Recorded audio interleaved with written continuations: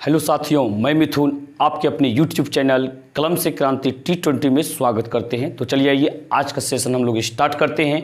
आज का सेशन जो है हम लोग का, जैसा आपको पता है, शंकु चल रहा है अभी, और पिछले वीडियो में हम 24 नंबर तक आपको बता रखे हैं। आज जो होगा स्टार्ट होगा, जो आज 25 नंबर स्टार्ट होगा, जिसका कि पेज नंबर है 370।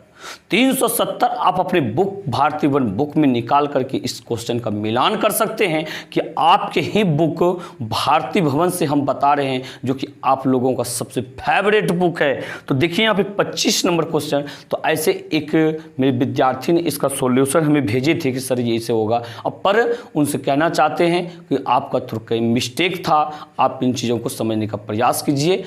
देखिए यहाँ पे ये 25 नंबर क्वेश्चन का सॉल्यूशन।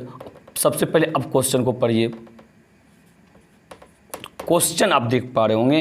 क्वेश्चन क्या कहता है यहाँ पे? कहता है एक लंबवृत्ताकार शंकु की त्रिज्या और ऊंचाई का अनुपात क्रमशः 5:12 है।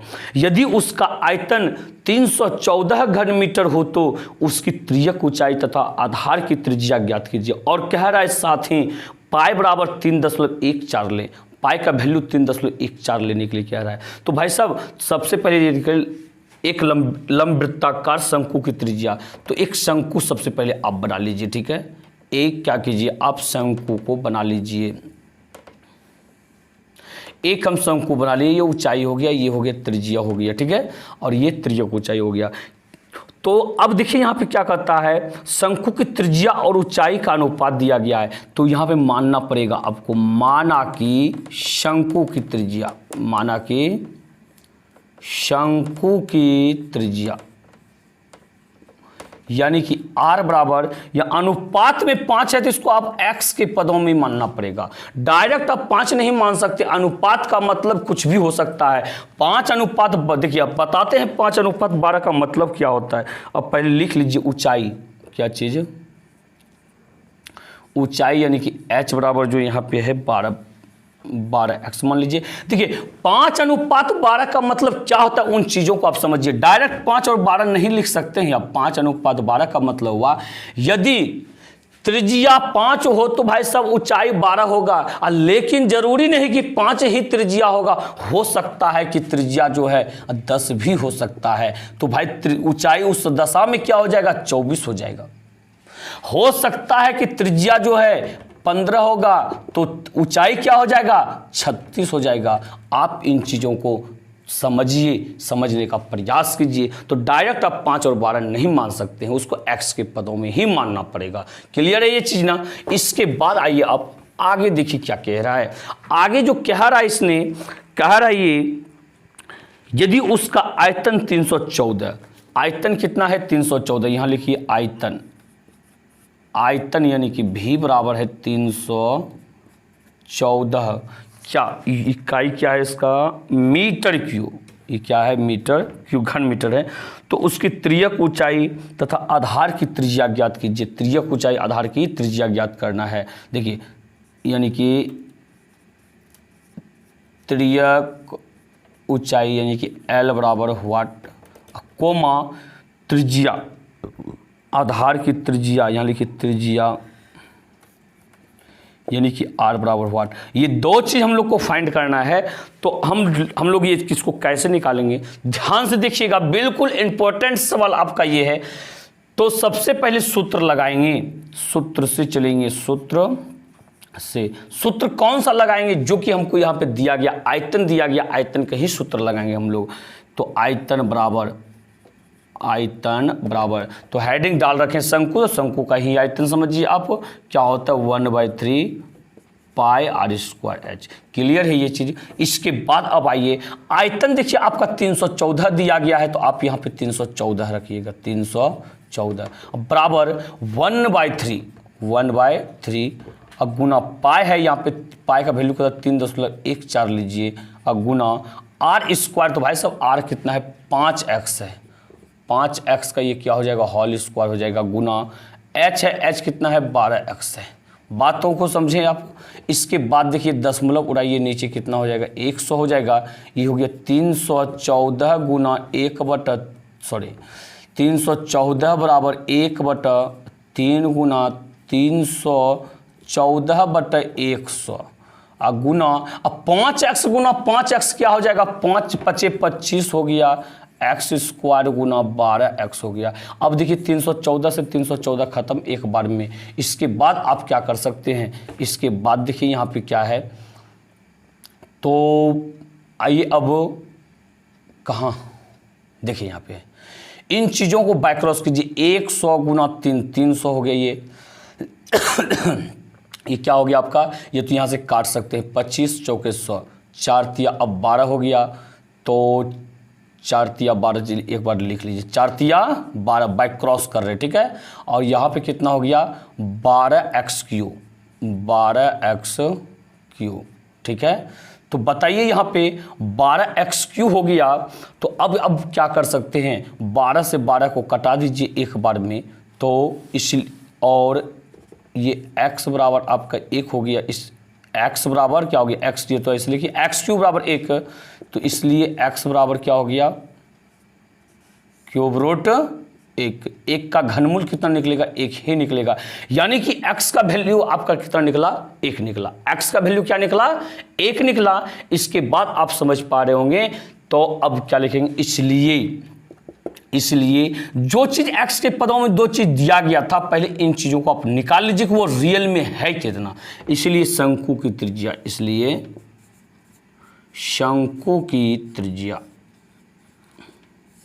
शंकु की त्रिज्या यानी कि r बराबर यहाँ पे कितना हो गया, 5x बराबर 5 गुना 1 बराबर 5 हो गया।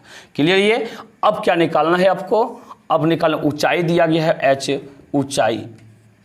ऊंचाई यानी कि h बराबर जो दिया गया था यहाँ पे 12x दिया गया था, ये कितना हो गया, 12 गुना 1 बराबर 12 मीटर, ये और ये 5 मीटर हो गया। अब निकालना, हाँ तो एक चीज़ सुन लीजिए, वो स्टूडेंट जो कि कहें इसका सॉल्यूशन भेजे थे कि आप 5 और 12 मान करके, तो उनको हम बताना चाहते हैं आपका आंसर इसलिए सही निकला क्योंकि यहाँ पे x का वैल्यू 1 निकला, और जा करके ये कहने मतलब मान जो है 5 और 12 ही वापस से हो गया। यदि यहाँ पे x का वैल्यू 2 निकल जाता तो आपका फिर आंसर भी नहीं मिलता। लेकिन आप तो अब समझ गए होंगे कि आपका सॉल्यूशन क्या था, बिल्कुल गलत था। तो आप इन चीज़ों को समझने का प्रयास कीजिए। अब क्या करना, देखिए त्रिज्या 1 निकालना था जो कि निकल चुका है, अब निकालना त्रिज्यक ऊंचाई यानी कि l, इसलिए l बराबर लगाइए सूत्र, रूट अंडर क्या होता है h स्क्वायर प्लस में r स्क्वायर, h स्क्वायर यानी कि 12 का स्क्वायर हो गया प्लस r स्क्वायर यानी कि 5 का स्क्वायर। तो बताइए यहाँ पे 12 गुना 12 144 होता है, 5 25 होता है।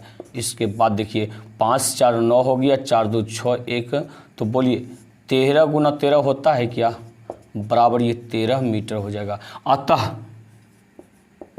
अतः क्रमशः पहले क्या पूछता है, त्रिज्यक ऊंचाई कितना निकाल रखे हैं हम लोग, 13 मीटर, अब कोमा 5 मीटर, ये त्रिज्या हो गया। यही हो गया आपका राइट आंसर। आप इन चीज़ों को समझ पा रहे होंगे, तो अच्छा के साथ साथ ये भाई साहब इम्पॉर्टेंट भी है, आप इन चीज़ों को मत भूलिएगा। और इसी के साथ आप आइए अगले क्वेश्चन 26 नंबर में। 26 नंबर क्वेश्चन आप देख पा रहे होंगे कि 26 नंबर आपसे क्या कहना चाह रहा है। 26 नंबर क्वेश्चन को पढ़िए, समझिए, देखिए क्या आप इन चीज़ों को समझ पा रहे हैं या नहीं समझ पा रहे हैं। 26 नंबर देखिए क्या कह रहा है कि एक समकोणीय त्रिभुज है जिसकी समकोण बनाने वाली भुजाएं 3 सेंटीमीटर और 4 सेंटीमीटर लंबी है। हाँ, इस त्रिभुज को 4 सेंटीमीटर भुजा पर चक्कर देने से दो शंकु बनेगा, उसका आयतन प्राप्त कीजिए। क्या कह रहा है, उसका आयतन प्राप्त कीजिए। तो भाई साहब देखिएगा, थोड़ा सा ध्यान दीजिएगा आप। देखिए यहाँ पे है क्या,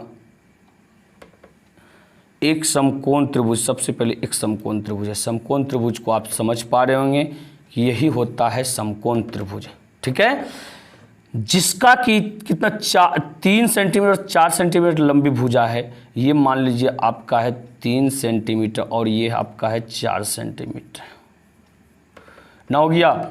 अब क्या कहता है यहाँ पे, क्या कहता है, 4 सेंटीमीटर भुजा पर चक्कर देने से, इस 4 सेंटीमीटर भुजा जो है इसी प्रक्रिया में चक्कर तय इसको चारों तरफ घुमा देते हैं तो ऐसा ही फेस बनेगा इस तरफ।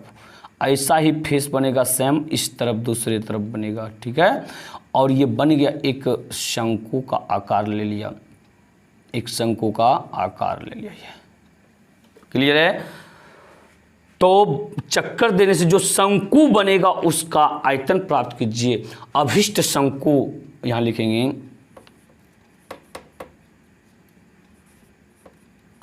अभिष्ट शंकु की त्रिज्या, अभिष्ट शंकु की त्रिज्या यानी कि r बराबर ये हो जाएगा 3 सेंटीमीटर, और ऊंचाई क्या हो जाएगा आपका, ये ऊंचाई यानी कि h बराबर ये हो जाएगा 4 सेंटीमीटर, ऊंचाई h बराबर 4 सेंटीमीटर। तो कहता है उसका आयतन क्या होगा, इसलिए अब तो आयतन बराबर सूत्र क्या होता है 1/3 पाई आर स्क्वायर एच, आर और एच का दरकार आता है, आर एच तो दिया ही गया है। अब लिखेंगे इसलिए आयतन बराबर, इसलिए आयतन यानी कि v बराबर, तो ये हो गया 1/3 पाई आर स्क्वायर एच। तो ये 1/3 जो है, और पाई का वैल्यू 22/7 रख दीजिए, कुछ नहीं कह रहा है तो, और आर स्क्वायर तो भाई साहब यहाँ पे 3 गुना 3 हो जाएगा, और एच कितना है 4 है, तो ये 4 हो गया। क्लियर है ये चीज़। इसके बाद देखिए हम क्या कर सकते हैं, इसको अब कर सकते हैं क्या, ये 3 से वो 3 खत्म हो गया और तो नहीं कटेगा, तो 4 या 12, 12 गुना 22, यहाँ देखिए 22 गुना 12 यदि कर लें, 2 दूनी 4, 2 दूनी 4, 2 1 का 2, 2 1 का 2, 4 4 2 6, ये 262 हो गया। कितना हो गया 262, सॉरी 264, और बटा में ये नीचे में 7 है। इसको पूर्णांक में आप लिखिए 7 से भाग दे करके, तो ये 7 तिया 21 हो गया, 6 में से 1 गया तो 5 कैंसिल, 7 49, यहाँ पर जब 14 में से 9 गया तो 5 कैंसिल, 37.5/7, 37.5/7। आप इन चीज़ों को समझ पा रहे होंगे। ये हो गया आपका 37.5/7, और ये चीज़ था सेंटीमीटर में, सेंटीमीटर की हो गया, दिख रहा है नीचे का। तो आप समझ गए यहाँ पे, क्या आप इन चीज़ों को समझें। तो जैसा भी वीडियो लगता हो आप हमें कमेंट करके ज़रूर बताइए कि कैसा आपको लग रहा है, नहीं लग रहा है। तो आप लोग का कमेंट बहुत कम आता है, तो चलिए इन चीज़ों को आप उतार लीजिए। और वीडियो अच्छा लग रहा है तो अभी कभी आप वीडियो को लाइक और शेयर जरूर कर दीजिए, लाइक और शेयर जरूर कर दीजिए। साथ ही यदि आप में से कोई ऐसे मेरे दोस्त, मेरे भाई हैं जो कि अब तक चैनल को सब्सक्राइब नहीं किए हैं, तो प्लीज़ आप मेरे चैनल को सब्सक्राइब कर लीजिए, और साथ ही बेल आइकन को जरूर प्रेस कर दीजिएगा, ताकि आपको सारे वीडियो का नोटिफिकेशन मिलते रहे। तो चलिए आइए इसी के साथ 27 नंबर क्वेश्चन देखने का प्रयास करते हैं कि 27 नंबर क्या कहना चाह रहा है। 27 नंबर क्या कहना चाह रहा है, कहता है एक लंबवृत्तीय शंकु का वक्र पृष्ठ क्षेत्रफल एक दूसरे लंबवृत्तीय शंकु के वक्र पृष्ठ क्षेत्रफल का दुगुना है, फिर पहले की तिर्यक ऊंचाई दूसरे की तिर्यक ऊंचाई की आधी है, दोनों शंकु के आधार त्रिज्याओं का अनुपात ज्ञात कीजिए। तो भाई साहब देखिए इसको कैसे बनाते हैं, ठीक है। इस चीज़ को आप समझ गए होंगे। इसके बाद देखिए क्या कहना चाहता है ये, उन चीज़ों को फिर से समझिए। कहता है एक लंबवृत्तीय शंकु का पृष्ठ क्षेत्रफल दूसरे लंबवृत्तीय शंकु के पृष्ठ क्षेत्रफल के दुगुना है, ठीक है। तो इसके बाद का पॉइंट पढ़िए, फिर पहले की तिर्यक ऊंचाई दूसरे की तिर्यक ऊंचाई की आधी है, माना कि, यहां लिखेंगे क्या, माना कि पहले, तो बताइए पृष्ठ क्षेत्रफल क्या होता है शंकु का, ये होता है क्या, पृष्ठ क्षेत्रफल है ना पाई आर एल होता है, पाई आर एल होता है। दो चीज पे कहानी चलता है पाई आर एल पर, पाई आर एल, आर और एल, तो ये दोनों चीज को मानना पड़ेगा। माना कि पहले शंकु की त्रिज्या, पहले शंकु की त्रिज्या यानी कि यहाँ पे हो गया क्या, पहले शंकु की त्रिज्या बराबर आर मान लीजिए, ठीक है। पहले शंकु की त्रिज्या बराबर आर, ये इसको मान लीजिए क्या R1, त्रिज्या का अनुपात पूछा था, R1 मान लीजिए। और इसके बाद देखिए त्रियक ऊंचाई, त्रियक ऊंचाई को आप L मान लीजिए, त्रियक ऊंचाई क्या मान लीजिए, L मान लीजिए। फिर कहता है यहाँ पे, तो इसलिए पृष्ठ क्षेत्रफल, इसलिए पृष्ठ क्षेत्रफल यानी कि आप इसको A1 मान सकते हैं। ये क्या पाई आर एल होता है, पाई R1 L हो जाएगा। तो अब देखिए दूसरे शंकु की त्रिज्या क्या लिखेंगे यहाँ पे, दूसरे शंकु की त्रिज्या। तो बोलिए भाई साहब दूसरे शंकु की त्रिज्या को आप क्या मानिएगा, R2 मान लीजिए। और त्रियक ऊंचाई देखिए यहाँ पे, त्रियक ऊंचाई बराबर, अब देखिए क्या कहता है, फिर पहले की त्रियक ऊंचाई दूसरे की त्रियक ऊंचाई की आधी है, दूसरे की त्रियक ऊंचाई की आधी है। पहले वाला यानी कि दूसरे का त्रियक ऊंचाई दुगुनी है, 2L। बातों को नहीं समझे आप तो फिर से समझिए। यहाँ पे कहता है पहले की त्रियक ऊंचाई दूसरे की त्रियक ऊंचाई की आधी है। किसकी आधी है, दूसरे की आधी है पहले वाला। यानी कि पहला वाला, इसका मतलब है क्या, पहला वाला आधा का मतलब क्या, और दूसरा वाला दुगना है पहला से। अब पहला वाला L तो दूसरा वाला 2L। यदि दूसरा को मानिएगा L तो भाई साहब पहला को L/2 मानना पड़ेगा। ऐसे भी आप बना सकते हैं, पहले को L/2 और तो दूसरे को L मान सकते हैं। आप इन चीज़ों को समझे होंगे। इसके बाद लिखते हैं इसलिए पृष्ठ क्षेत्रफल, इसलिए पृष्ठ क्षेत्रफल यानी कि A2 बराबर, ये क्या हो गया, पाई आर एल होता है, R का वैल्यू R2 और L का वैल्यू 2L। तो ये क्या हो गया, 2πr2L, 2πr2L हो गया। अब इसके बाद देखिए, इसके बाद की कहानी कितना मज़ेदार कहानी बता रहा है इसने। क्या प्रश्न से, प्रश्न कह रहा है, प्रश्न के अनुसार काम करेंगे हम लोग। तो यहाँ लिखेंगे आप प्रश्न से, लिखेंगे प्रश्न से। तो देखिए प्रश्न से जब आप लिखिएगा तो सबसे पहले यहाँ पढ़िए प्रश्न क्या कहना चाहता है। कहता है एक लंबवृत्तीय शंकु का पृष्ठ क्षेत्रफल एक दूसरे शंकु के पृष्ठ क्षेत्रफल का दुगुना है। यानी कि A1 जो है ये 2 गुना A2 के बराबर है ना। कहता दूसरे लंबवृत्तीय शंकु के पृष्ठ क्षेत्रफल का दुगुना है। दूसरे का क्या है, दुगुना है भाई साहब। दूसरे का यानी कि दुगने के बराबर कौन है, पहला है। ऐसे भी आप समझ सकते हैं कि क्या कहता है, पहला जो दूसरे का दुगना है। अरे पहला जब दुगना है ये है, हम करना चाहते हैं दोनों को बराबर, तो गुना करेंगे किसमें, गुना किसमें करेंगे, पहला तो दुगना ऑलरेडी है, हम करना चाहते हैं बराबर, तो भाई साहब दूसरा में 2 से गुना करेंगे तब तो जाकर के बराबर हो जाएगा ना। इसके बाद अब बैठाइए यहाँ पे इसका मान A1 का वैल्यू देखिए यहाँ पे क्या है, पाई R1L है बराबर 2 गुना, ये दूसरा का वैल्यू देखिए यहाँ पे क्या है, फिर ये 2 पाई R2L है यहाँ पे। क्लियर है ये ना। इसके बाद देखिए पाई R1L बराबर 2 दूनी 4 पाई R2L हो गया। क्लियर ये। अब बताइए यहाँ पे थोड़ा सा बताइएगा, यहाँ पे ये R1 को आप इधर रखिए, जो त्रिज्या का अनुपात ये R2 जो है इनटू में, इसको इधर लाइए R2 बराबर यहाँ बचा 4 पाई L, अब बटा यहाँ बचा पाई L, पाई L खत्म, बचा 4/1 बराबर 4 अनुपात 1 हो गया। यही हो गया आपका राइट आंसर। क्या आप इन चीज़ों को समझ पा रहे हैं?